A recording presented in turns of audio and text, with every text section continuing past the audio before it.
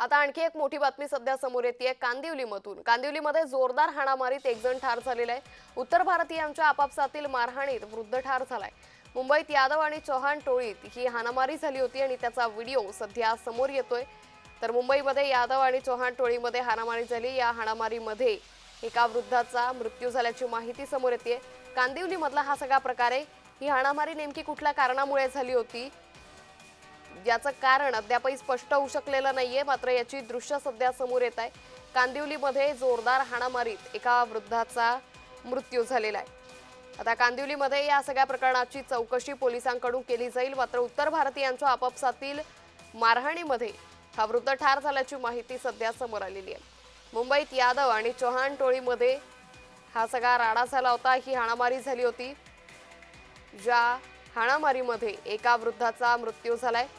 तर या हाणामारीमध्ये आणखी किती जण जखमी आहे या संदर्भातली माहिती स्पष्ट होईलच, मात्र या घटनेनं आता या सगळ्या परिसरामध्ये हळहळ व्यक्त केली जाते।